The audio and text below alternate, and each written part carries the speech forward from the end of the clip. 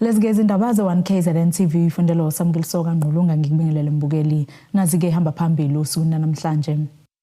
Umchunu uvelile phambi kwekomiti umndeni ufuna ubulungisa ngelokubulawa kwesifazane kanti usathukile kumphakathi kutholakala ikhanda lomuntu. Ungqongqoshe wamaphoyisa osanikwe ke ikhefu senzo umchunu uvele kokuqala namuhla phambi kwekomiti lesikhashane ad hoc committee eliphenya ngezitsolo zenkohlakalo eminyangweni wamaphoyisa ezavezwa ngokomishana wamaphoyisa kwaZulu-Natal uLieutenant General Nhlanhla Mkhwanazi.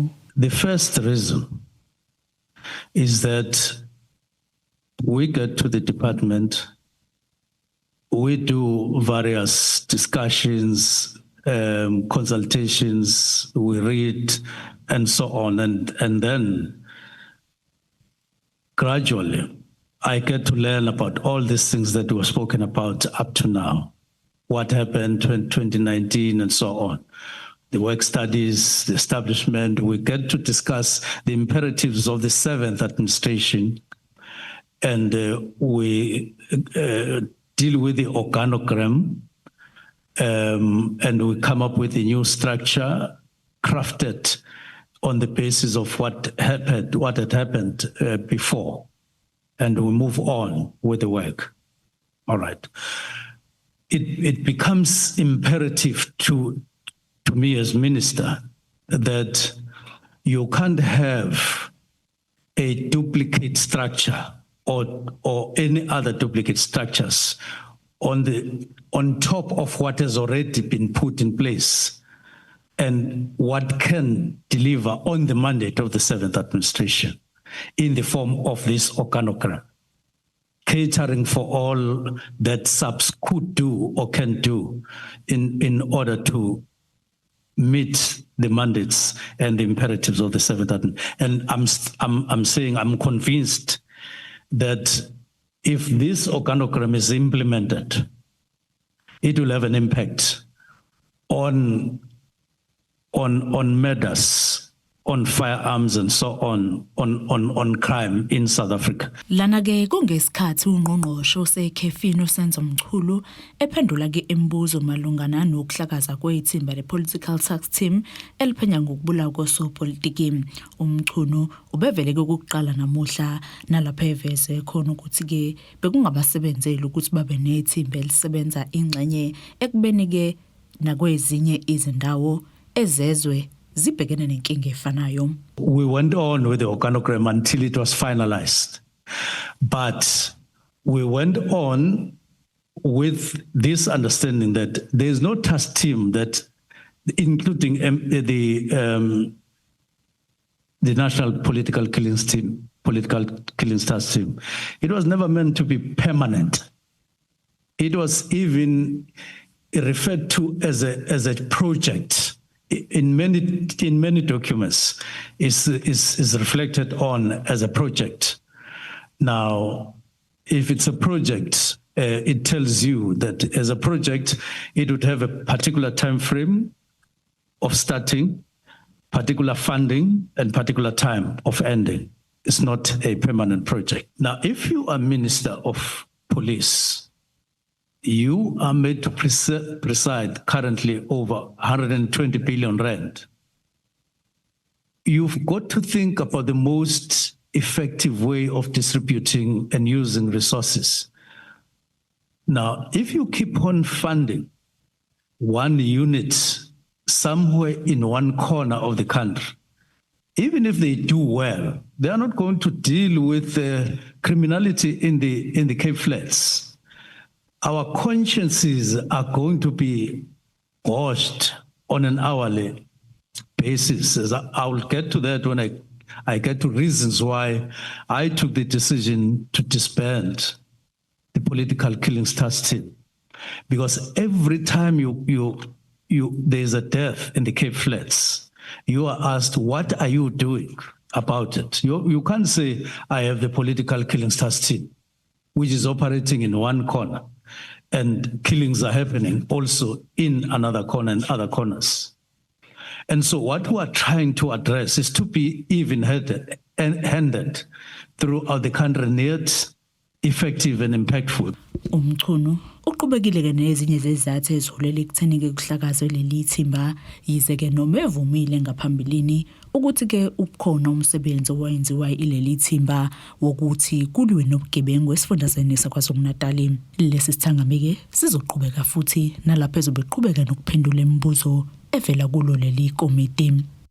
Umndeni wakaButhelezi ePalmtown kwaSantu ufuna-ke baboshwe ngokushesha abanqume babalala umama wabo uDuduzi Lilina Buthelezi oneminyaka engama-78 ubudala. Uma ufike utholakala enqunyiswe kwembuzi emzini wakhe kade lungiselela ukuya emtholampilo. Sixwayisa ababukeli-ke abasheshayo ukuzwela ngalolu daba olulandelayo. Umhla ka-10 ku-October kuwona lo nyaka, ngoLwesihlanu langesonto ledlule, bekuwusuku lokuthi uButhelezi aye emtholampilo njengoba bese umuntu ophathwa izinto ezihlanza njalo ngeviki. Kodwa lolo suku lwaphenduka ifu elimnyama kulo mndeni ngoba washona engasayanga nasemtholampilo. uButhelezi kubekwa ukuthi waficwa endlini edindilize phezu kwedamu legazi. Ngafonelwa ngangiseboxa sisi. Wafona umzala wathi angiyochecka la, angize ngizochecka la izansi ekhaya ukuthi ugogo bebona udriver lo lethu ugogo lo hambisa ugogo esibhedlela ukuthi uyangqongqoza but ayikho response. Then ngeza la ekhaya, mangiza la ekhaya then ngazama ukuthi ngiye kumalume la kamakhelwane. Malume la kamakhelwane ngamtshela ngiboleka isando, ngiboleka isando ngibuye ngize ngala ekitchen ngizama ukuthi ngiketula ingidi, ngayiqashula ingidi ngakwazi ukuthi ngingene ngaphakathi. Mangingena ngaphakathi epassage ngiyasifica isalukwazi silele phansi. Okhulumela umndeni uthi isisebenzi ebesihlala noButhelezi sasigoduka ngoLwesihlanu njengoba sasikade siya kubo eGreytown, sahamba emva kwehora lesikhombisa. Kodwa uButhelezi washaya ihora lesishagalolunye engasekho emhlabeni emva kokuthi wafika umshayeli wemoto izomlanda emtholampilo wangqongqoza kepha kangasabela wasehlaba umkhosi. Umndeni uthi ufuna ulwazi ngokushona kama wabo.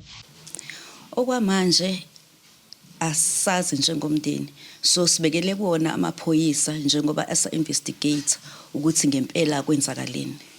Nathi sikhungathekile somndeni, kodwa iqiniso siyafisa ukulazi ukuthi kwenzekeni ngoma wethu simthandayo. Amaphoyisa asiqinisekisile isigameko athi kuvulwe icala lokubulala esiteshini samaphoyisa eMarine kodwa kwaboshwa umuntu. Kanti namuhla abebandla lakhe lamaluthela abemenzela inkonzo yesikhumbuzo uButhelezi. Ngokusho komndeni bemchaza umama uButhelezi bathi umuntu bekade eyisontela kumuntu wenkonzo owaziwa yonke indawo nakhona endaweni yasePalmtown namaphethelo. Bathi ukudlula kwakhe ngalesi sihluku kuyabadida. Amalungiselelo omngcwabo ahlelelwe ukuthi abekwe endlini yakhe yokugcina ngempela sonto. Kutebogo Sibisi wezindaba ze1KZN TV kuChannel 261 ngikwaSanti ePalmtown. Athuka-ke izanya amalungu omphakathi asegcilima ogwini oseningizimu nesifundazwe KwaZulu-Natal kuthola-ke ikhanda lomuntu elingenamehlo esigodini sasemhlalandlini. Isekela lenduna kule ndawo uJoseph Zulu ukhala ngokuthi okwesibili kutholakala isidumbu somuntu kule ndawo. Uthi-ke namanje abanalo ulwazi ukuthi-ke elikabani leli khanda elitholiwe nokuthi-ke lifike kanjani kule ndawo. Usashaqekile umphakathi wasemhlalandlini egcilima ogwini oluseningizimu nesifundazwe muva kokuba kutholakala ikhanda lomuntu ongaziwa kule ndawo. Ngokwazi kwami kwafika umfundisi uMsabayo kumina. Wangicela ukuthi ake ngize kuyena. Mangifika kuyena wafika wangitshela ukuthi hayi kunento oyibona la efana nekhanda lomuntu akayiqondi kahle ake sizoyibheka. Ngempela ngabuya naye ngayibona nami ngakusola ukuthi hayi lona ngempela. Wasechaza ukuthi bese vele ethinta namaphoyisa washuta ngisho isithombe ukuthi angasukeli amanga azobheka. Na wasola ukuthi hayi ngathi inhloko ngempela yomuntu. Afika ke amaphoyisa nawo cha afike nawo asho ukuthi hayi nawo abona kuyiyona inhloko yomuntu. Isekela lenduna kule ndawo lithi ziningi izimpawu ezikhomba ukuba ikhanda lomuntu leli elitholwe kulesigodi. Usho ubuso nokukhishwa nje kamehlo nokuma kwalo sabona ukuthi hayi ikhanda lomuntu le yabo nokuthi kukhona kwakuncane okuyinwele ezomuntu ikona ke kwadala ukuthi sibone ukuthi hayi kusho ukuthi ikhanda lomuntu ngempela akuzolona lesilwana. uMageba uthi kuzokhumbuleka ukuthi ngonyaka odlule kwatholakala isidumbu sowesifazane kuyona le ndawo. Kusho ukuthi kwafika nje umndeni umfana wakho nezongibikela ukuthi ulahlekelwe unini sekuyinsuku engamtholi ngabe uyake ngeza ngizothi kuyena kufanele kufunwa abantu sifuneni phela umuntu umelahlekile hayi wathi hayi ake ngingafunwa mhlambi usadukile uzobuya buya emva kwaloko ngakusa kwalo suku kwafika yena futhi ekseni senze ngitshela ukuthi hayi umama bamtholile mtholile na cha kwasekhaya ngabuya futhi naye ngalosikhathi ngafika umphakathi ogcweleke umama bemtholile khona la iduze nje. Kanti uZulu uqhube wathi namanje abanalwazi ukuthi elabani ikhanda elitholakele.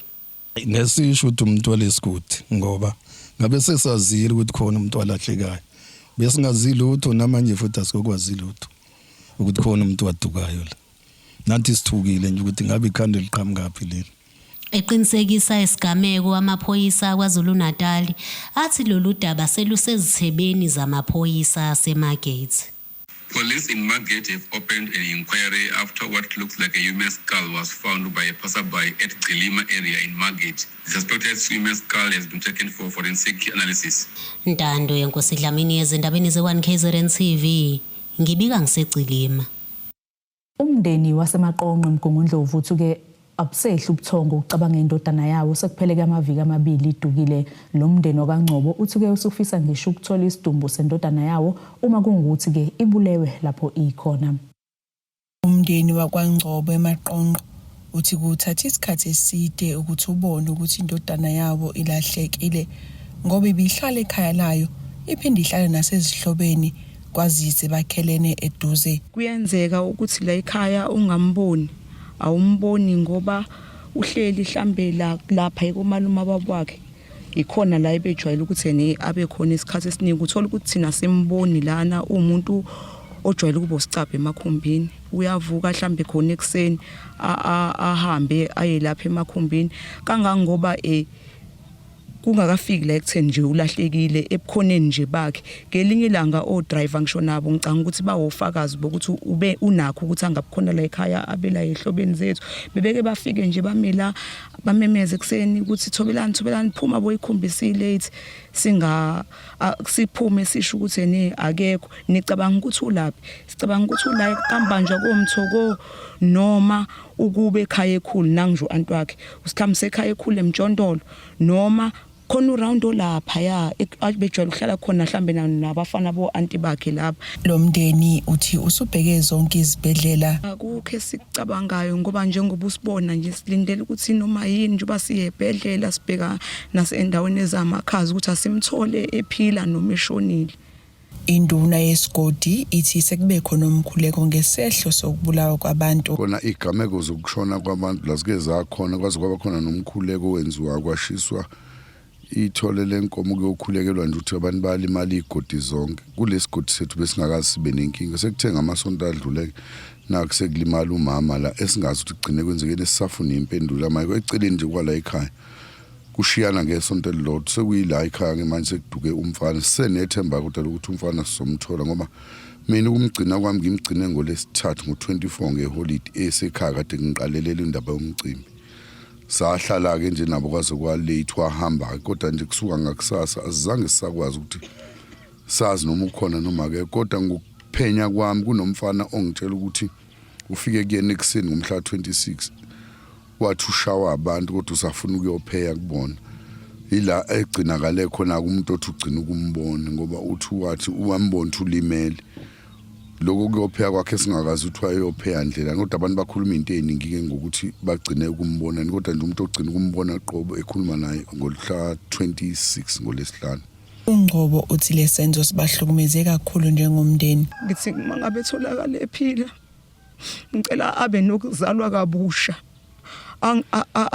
angayenzi lento mawukunje utholakala ephila engenankinga ukuthi uyihambele ukuthanda kwakhe ngoba thina njengabazali bakhe nabatwana bakwabo nomakhelwane kuhlukumezile. Ezindabeni ze-1 KZN TV ngu-Ayanda Dube ngisemaqonqo eMgungundlovu.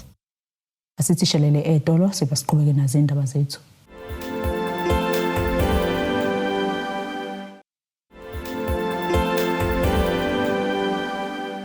Asikwamukele mbukelo sabukele zona ke indaba ze-1 KZN TV nazi ihlokano kwizona ehamba phambili usuku namhlanje. Umchunu uvelile phambi kwekomiti umndeni ufuna ubulungisa ngelokubulawa kwesifazane kanti usathukile kumphakathi kutholakala ikhanda lomuntu. Inkosi esizwe sasemanzimeleni uThanda Mzimela usengatheke inkonzo omkhuleko esikoleni Inkosi Ntshidi Primary School obufaka zonke ke izikole zamabanga aphezulu okuhloswe ngawo ukulungiselela ukubhala okuhle izivivinyo zikamatikuletsheni wakulonyaka.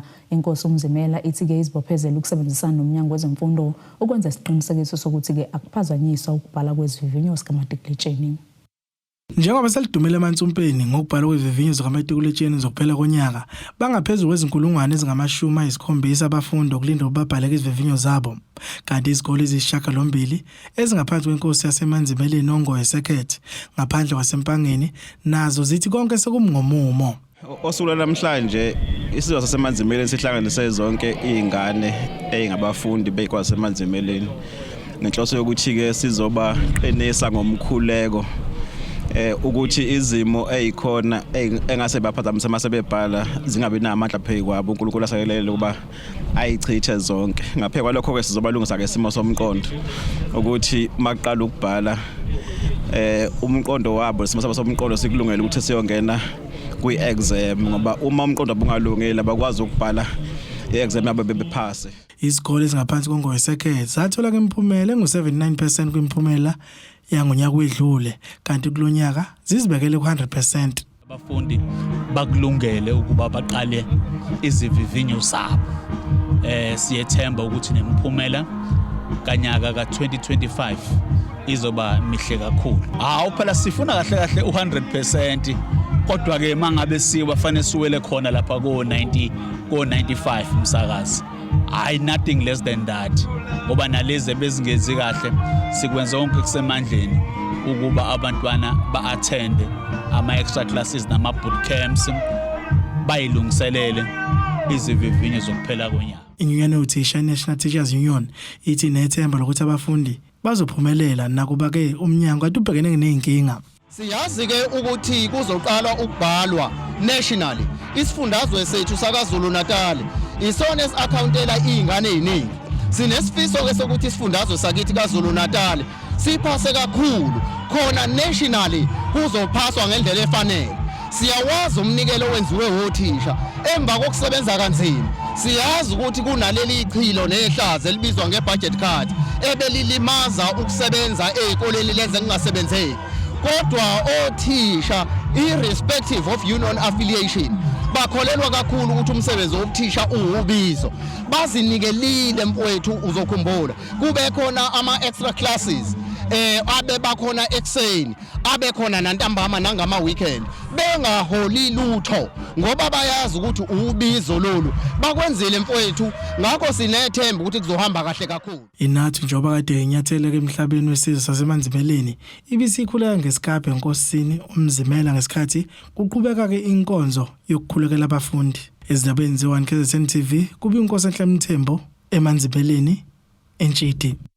Abe-Road Accident Fund banikezeleke ngesiza ezizolekelela ukufundiswa abantwana ngekuphepha emgwaqeni iJunior Traffic Training Center esikoleni samabanga aphansi eNtuthukweni Primary School eNomanville eThekwini. Oyisikhulu esiphezulu kwa-REF uSiphamandla Gumbi uthi-ke ukuqhubeka nokwanda kwezigameko zokudlula emhlabeni kwabafundi emgwaqeni kuholele ekutheni banqume ukubuyisa izinhlelo zokufundisa abantwana ngemithetho yemigwaqo nendlela-ke zokuziphatha emgwaqeni.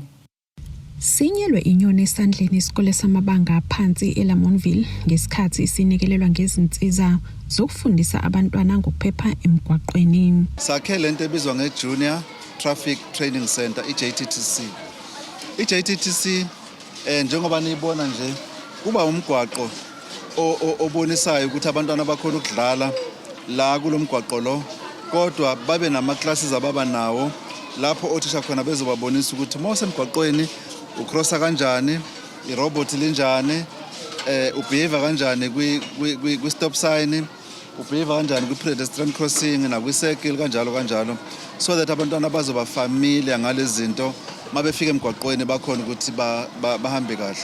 Njengoba ubona nje sendaweni yaseLamontville okuyindawo ukuthi ngama statistics esinawo ekhombisayo ukuthi ingozi zemoto unfortunately ziningi kule ndawo.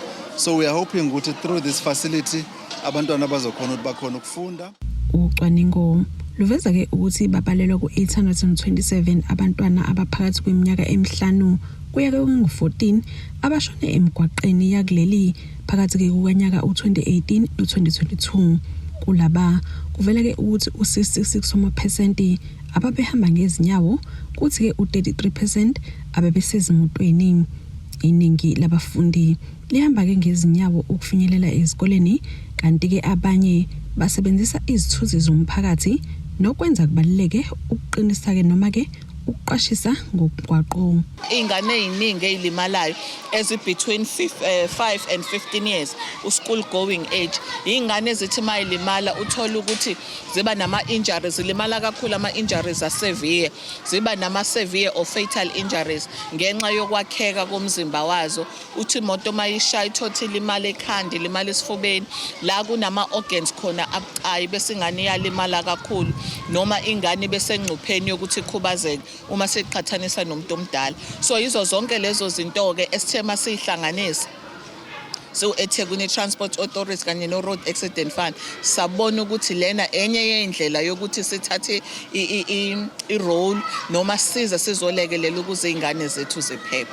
Lomnikelo uthakaselwe kakhulu. Isikole sethu sisendaweni ebucayi kakhulu la ekhamba khona amabhasi, khamba khona amatekisi and all. So kuba inkinga ekseni uma abantwana kufanele bacross bezemgaqweni since it is an intersection embi kakhulu kanti futhi iyikhona. So lolu suku namhlanje luzosisiza ekutheni abantwana bakwazi ukuqaphela ukuthi kumele beqema kunjani, kumele bahambe makunjani. Akukona kuphela ukuthi ene izobasiza ekweqeni la ngasesikoleni sethu, but njoba inana ama traffic lights and all bazothi noma behamba nama parents emadolobheni amakhulu bakhumbule into abayifunda la esikoleni kule migaqo eyenziwe la esikoleni. Ezindabeni ze1 KZN TV kubika uNtomkhona Mvubu ngeseThekwini. Kuthandazelwe kuba kungabe bikho ke izihibe ezizophazamisa ukubhala kwabafundi bamatikletsheni. Lokhu kuveleke ngesikhathi kuqhubeka umkhuleko ohlelwe abafundi njengoba ke sebezobhala izivinyo zokuphela konyaka. Eminyaka kamasipala amajubu uThembelihle Mchunu uthi ke bafisa kuba bonke abafundi bangaphazamiseki uma sebebhala njengoba belungiselela ikusasa labo.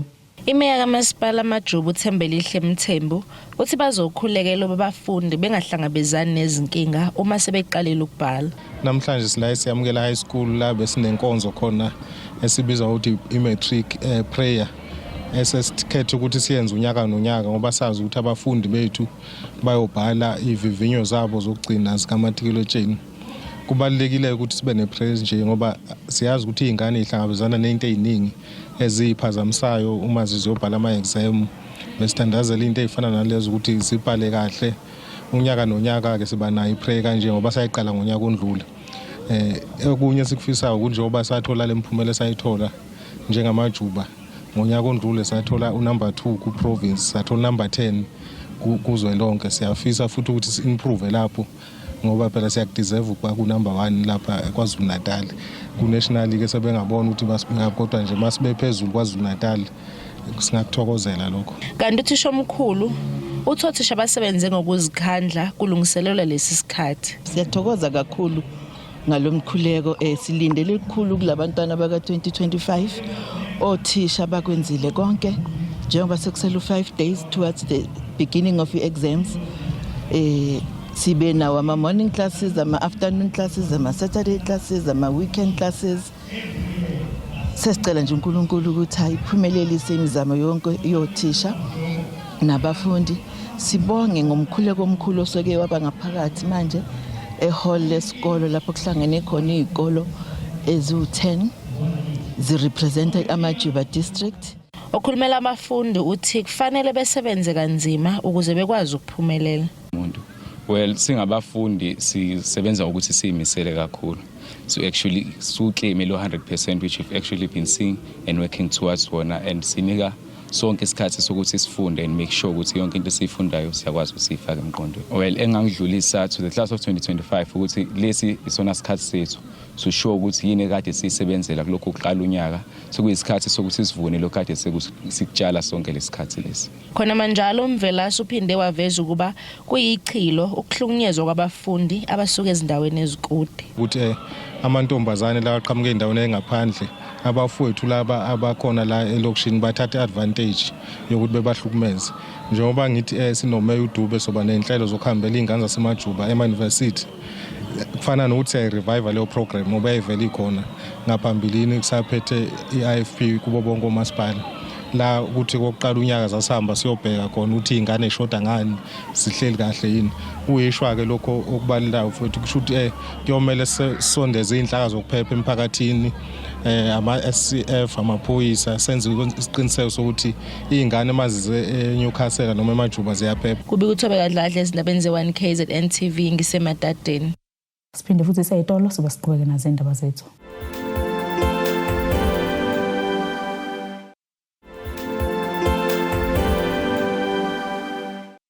Asiphinde ke sikwamukele mbukeli usabukele zona indaba ze1 KZN TV sikhumbuzo bekuyizona behamba phambili usuku namhlanje. Umchunu uvelile phambi kwekomiti umndeni ufuna ubulungisa ngelokubulawa kwesifazane kanti usathukile kumphakathi kutholakala ikhanda lomuntu. Ake sibheke ngosini yezomnotho. Irandi lakuleli ke liwu17.33 emaqhathiswa nedola, libo 23.25 emaqhathiswa nopondo, libo 20.21 emaqhathiswa neeuro, igolide lona $4,226.37 ounce, oil ongahluziwe wona $61.91 umphongolo. Ake sibheke ke ngosini yezemidlalo. Ikhuza ke ibuya imidlalo yeBetway Premiership kulempela sonto emva kwekhefu leFIFA umdlalo womkhaya AmaZulu FC neDurban City eminye imidlalo ebhekwe kakhulu njengoba ke lamaqembu ezogadulisana ngomgqibelo Moses Mabhida ligama enqike ihora lesithathu ntambama eminye imidlalo eRichards Bay FC izokwamukela iOrbits College ngolesihlanu eMhlathuze Sports Complex, iMagesi FC yamukela iTS Galaxy ngomgqibelo. Nasiki isimo sezulu sakusasa singalendeleka.